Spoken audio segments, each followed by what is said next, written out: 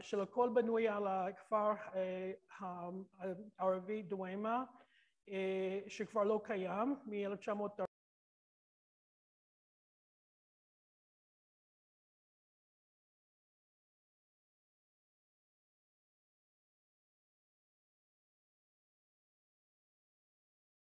לא נגעתי. בכל מקרה, אז הכפר דואימה נזכר לראשונה על ידי החידה, שזה הרב חיים יוסף דוד אזולאי, שהוא היה שליח של הקהילה היהודית בחברון, בזמן שהוא עובר מחברון לעזה, והוא מזכיר את זה ביומן שלו, שקוראים לו מעגל הטוב, וזה ב-1759, שזה מעניין, זה נותן לנו איזשהו תאריך, כי יש לנו קצת בעיה להבין ממתי הכפר הערבי, מה שנקרא העות'מאנית, באמת יושב בשטח, אבל כאן יש לנו איזשהו יתד כרונולוגי. הכפר הערבי היה בנוי על שרידים של כפר יהודי של תקופת הרומי, נחפר שם לפני שנים, נחפרה וילה עם מקוואות, וגם מעניין לציין שחלק מהמקוואות עוד היה בשימוש בשביל פסולת על ידי התושבים גם במאה ה-19, מאה ה-20 לספירה. מי זה?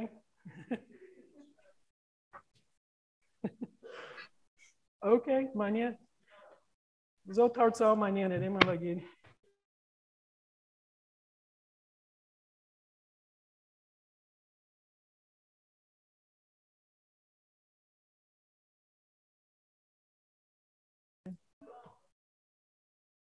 מדברים סגרנו את כולם. לא? היא בסדר, אוקיי. כן, אבל זה באופן אוטומטי קפץ עוד פעם למיוט, כאילו זה ביטל, כן. אוקיי. טוב, מקווה שלא יהיו לנו בעיות כאלה. היישוב שכנראה הזכר על ידי החידה, ננטש מתישהו באמצע המאה ה-19. יש שם, היה גרעין של כפר שהיה בנוי עם מבנים יפים, במקום הזה ננטש. מישהו שמכיר את ההיסטוריה של המאה ה-19 מבין בדיוק, במיוחד המקום הזה שהוא כל כך קרוב לאזור חברון. יש לנו את כל המבצע של איברהים פאשה, בשנים האלה יש לנו רעידת אדמה, יש לנו מגפה של חולרה, מה לא, הכל. יש לנו הרבה מאוד בעיות. התושבים בהרבה מאוד מהמקומות הקטנים האלה, אם הם עוד היו אנשים, פשוט עזבו את הביתים שלהם. חלק גדול של האוכלוסייה עוברת לגור בשטח ועוזבים את המרכזים ואת הכפרים, ואנחנו יודעים גם בהמשך שהכפר שחוזרים עליו כתוב במקורות שהם התיישבו על חירבות, על 4 חירבות, חורבות במקום, אז אנחנו יודעים שכבר היה שם. מה שמעניין לציין שאני בדקתי את הארכיון של אגף העתיקות הבריטי בירושלים, ברוקפלר, התברר שהגיעו כמה פקחים של האגף לבקר בדואימה בשנות ה-20 ותחילת שנות ה-30 לספירה, והם שמו לב לדבר מעניין. הם ראו שם מקם, כאילו מקום קדוש של קבר שייח, אבל המקום היה ננטש, הוא לא היה פעיל. אחר כך אנחנו רואים במפות של שנות ה-40 שיש שם מקם בשם של שייח סלאמה, אבל לפחות בתקופה הזאת, כאילו עד תחילת שנות ה-40 כנראה, המקום לא פעיל. זאת אומרת, האוכלוסייה שבאה ומתיישבת בחצי השנייה של המאה ה-19 לא מכירה את המסורת הקודמת שהייתה מתחילת, נגיד, החצי הראשון של המאה ה-19, אוקיי? אז אנחנו לא יודעים מה השם של המקום, באמת מה שהיה המקור של הקדוש שהיה שם, אוקיי? אנחנו יכולים להגיד שבעצם מכל מה שאנחנו הבנו, ממה שכתוב וגם הצילומים שתראו, המקום היה מאוד עלוב, ואני בתחילת המאה ה-20, זה לוקח שנים עד שהבריטים מתחילים להשקיע באתר, אוקיי? עוד שנייה. אוקיי, ואנחנו מגיעים עכשיו לדבר מאוד מעניין. התברר שיש לנו מקור פנטסטי של צילומים שלא הכרנו, החופרים לא הכירו וגם אני לא הכרתי קודם, את הסיפור הזה שב-1921, לפני בדיוק 100 שנה, שתבינו, אוקיי? פרצה בדצמבר 1921 פרצה מגפה של אבעבועות רוח בדואימה, והדבר הזה קרה בגלל הסוג של טיפול מה שהיה מלפני התקופה של חיסונים כמו שאנחנו מכירים היום, שהיו משתמשים, זה התחיל כנראה בסין, אפילו טוענים שאפילו קדום לזה, ותחת השלטון העות'מאני זה היה די נפוץ בכל האזור להשתמש בטיפול שקוראים לו הרחבה או וירולציה, שזה בעצם היו פשוט מדביקים אנשים או ילדים נגד האבעבועות רוח, אבל עם בעצם החומר החי, וזו הייתה מאוד בעייתית כי שיעור התמותה הייתה מאוד מאוד גבוה עם השיטה הזאת, והבריטים הציעו את השיטה הזאת מחוץ לחוק, אוקיי? ומשלחת בריטית מגיעה, קודם מגיע פקח של משרד הבריאות הבריטית בדצמבר בתקופה הזאת, כדי לבדוק מה שקורה, ובעקבותו יש אלבום צילומים, והיום אפשר למצוא את זה אונליין, גם אתם יכולים להיכנס ולראות, וקיבלנו, אתמול בערב קיבלתי אישור בגלל שהצילומים 100 שנה, אז אנחנו גם יכולים להשתמש כאן היום, אוקיי? אבל קודם אני רוצה להגיד לכם שלא סתם הכרתי את הסיפור הזה, היה לי מזל שעליתי על דווקא אחד משלנו, כאן מאוניברסיטת גוריון אפילו, נכון? של נדב, פרופסור נדב דוידוביץ', זה שם שאנחנו שומעים הרבה מאוד בשנה האחרונה, שמעתי אותו ברדיו, בטלוויזיה, הוא כתב על הסיפור הזה, כי הוא מצא, כאן מה שאתם רואים בצד ימין, מאמר של כתב העת הרפואי לנסט מ-1926, ואחד בשם ג'ון מקווין, שהוא כנראה היה המפקח הראשון שהגיע לשם בדצמבר, והוא מספר, הוא משאיר לנו הרבה פרטים, גם קצת על הכפר וגם על עוד כמה דברים מסביב לכל הסיפור של הווירולציה, הרחבה של הווירוס. אז עכשיו אני רוצה קצת באנגלית, אז קצת סבלנות למישהו שלא רוצה, אבל אני חושבת שזה מספיק מעניין לצטט אותו. The epidemic in Dואימה. Dואימה lies among the western foothills of the Judean range, a 4 hours ride in a direction west by south from Hebron. זאת אומרת, 4 שעות רכיבה, לא היו דרכים, לא היו כבישים, להגיע לשם רק דרך סוסים, אז רק ב-1921, נכון? Its people are strong and healthy and well suited for a livelihood, for they are thieves of considerable distinction. ואז הוא מספר על זה, על כל מיני איזה סיפורים שמספרים לו על איך שהם הצליחו לגנוב מחזרה סוסים שהטורקים לקחו להם, סיפור מעניין אבל פחות רלוונטי לעכשיו.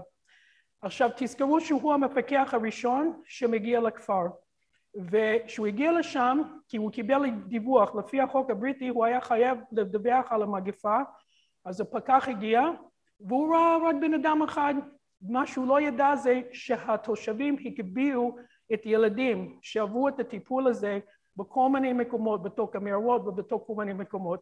עכשיו מה שחשוב, תכף נראה את האלבום בהמשך, ומה שטוב לי להראות לכם את האלבום זה לראות צילומים של הכפר, גם בתוך הכפר וגם מבחוץ, זה כבר נראה כי היום אין לנו עוד מקור כזה.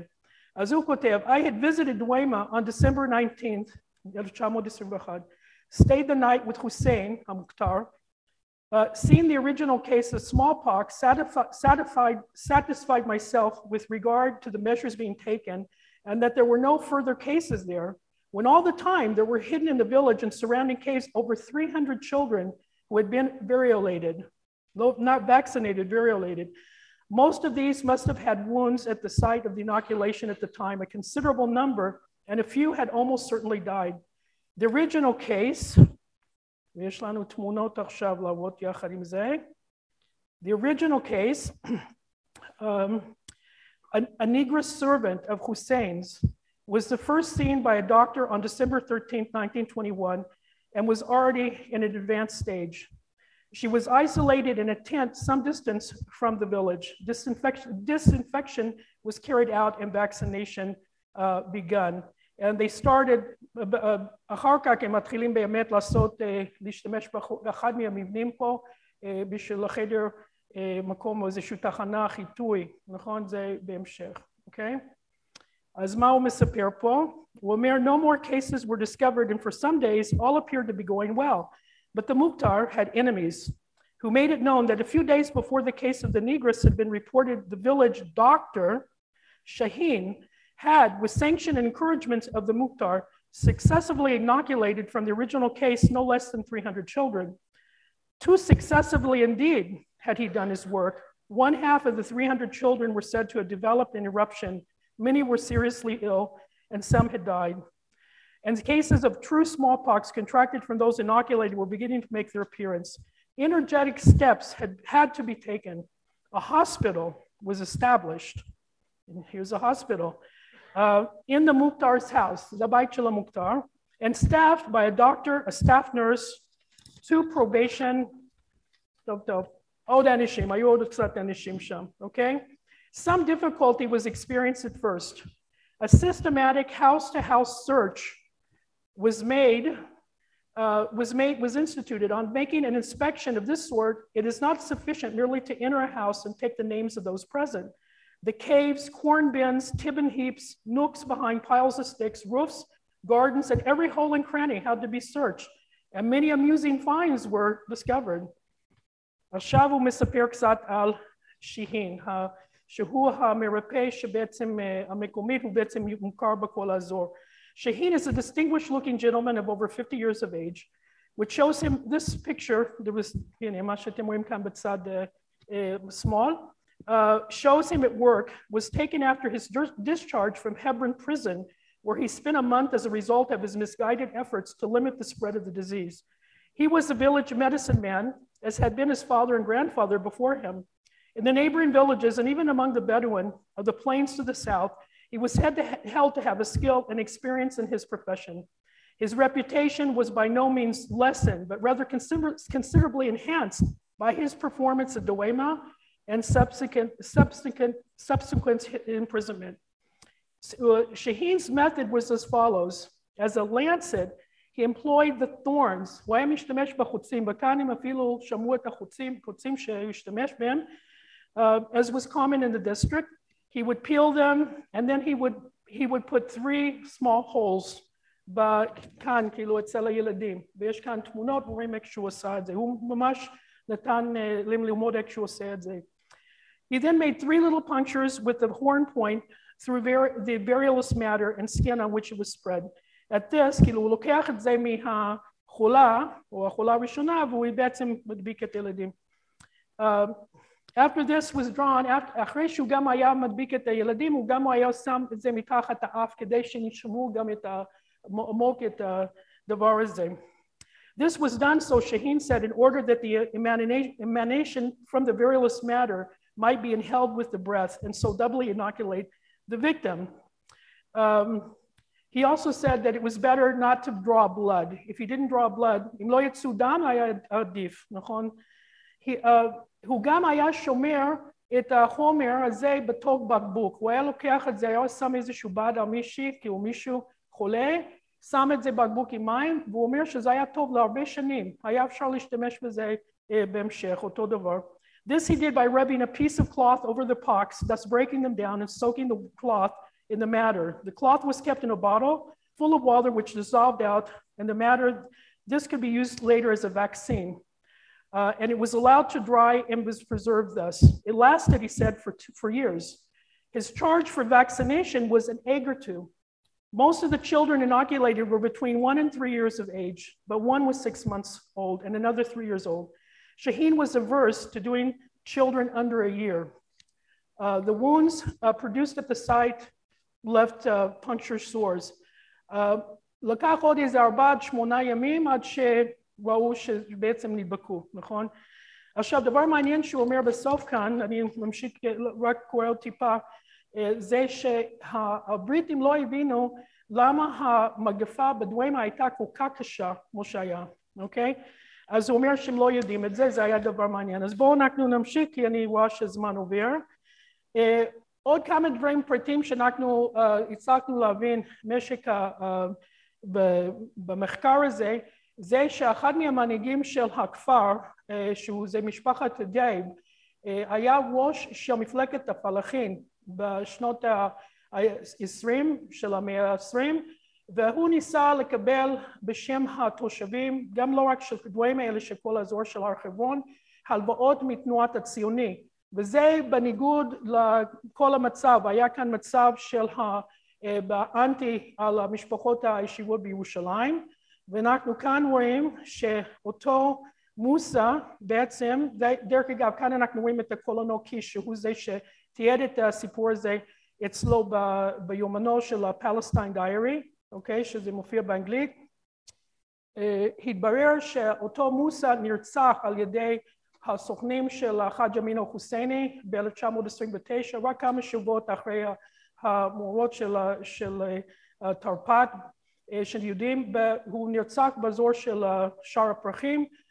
דאגו שיהיה נחמת דם, אבל כנראה שהצליחו להשלים עם המשפחות, כי אחר כך הכפר הפק למשהו אחר.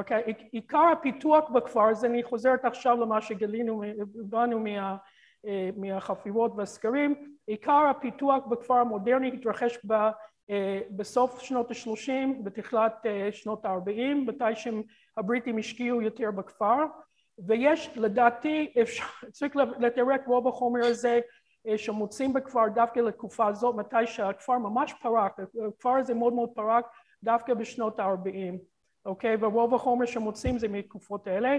כאן יש לנו את המפה של הבריטים של 1945, הסוקרים שלנו גילו שבעצם הלב האתר, כאילו משהו היה באמת בנוי, זה בירוק כאן, כאן אתם רואים על המפה יש את המקום של מקם של שייק סלאמי שמוזכר כאן, וגם המסגד שעמד כמה שנים לאחר הרס האתר. ועכשיו אני עוברת מאוד מאוד מהר, אני רואה אותך, על כמה צילומים מהאלבום של האלבום הבריטי שמצאתי ב-Welcome Library. כאן אתם רואים את המערה שהם טוענים שמצאו את המקרה הראשון.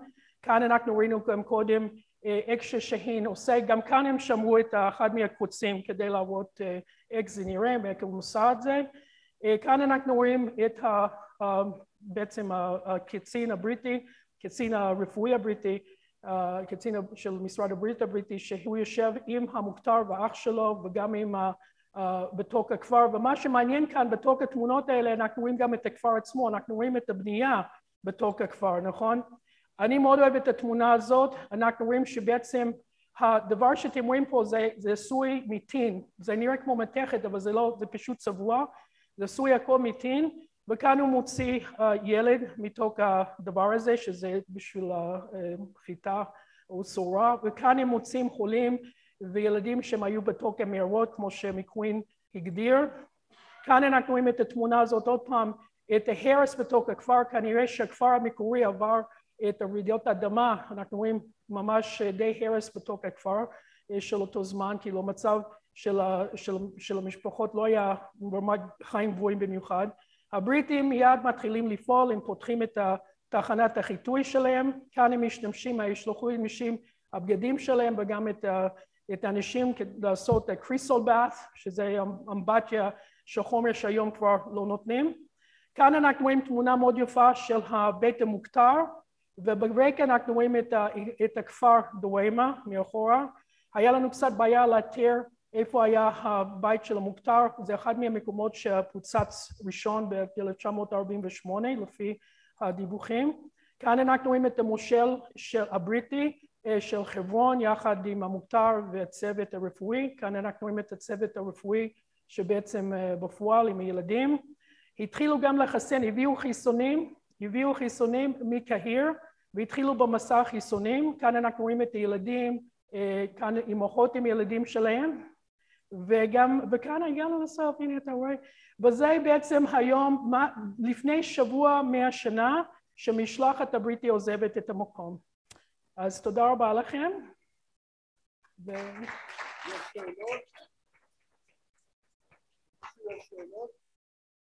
יש שאלה. כן.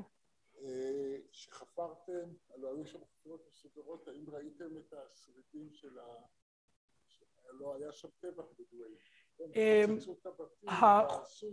החופרים לא גילו כאלה דברים. אני חייבת לציין גם שהייתה חפירה מסוימת של דניאל וורגה במקום די קרוב למרכז הכפר, שהוא מצא בית קברות, והיה מאוד מעניין כי ראו שזה בית קברות שפתחו אותו והכניסו עוד גופות בצורה לא מסודרת, ואנחנו חושבים שכנראה מדובר דווקא מהתמותה של המגפה, לא רק המגפה הזאת, מסביב לדואימה חלק מהביתי קברות קוראים להם של אולד החליל, כאילו הילדים של חברון, יש כמה ביתי קברות של ילדים, שזה כנראה קשור לבעיה הזאת של המגפה בשנים האלה. בסדר?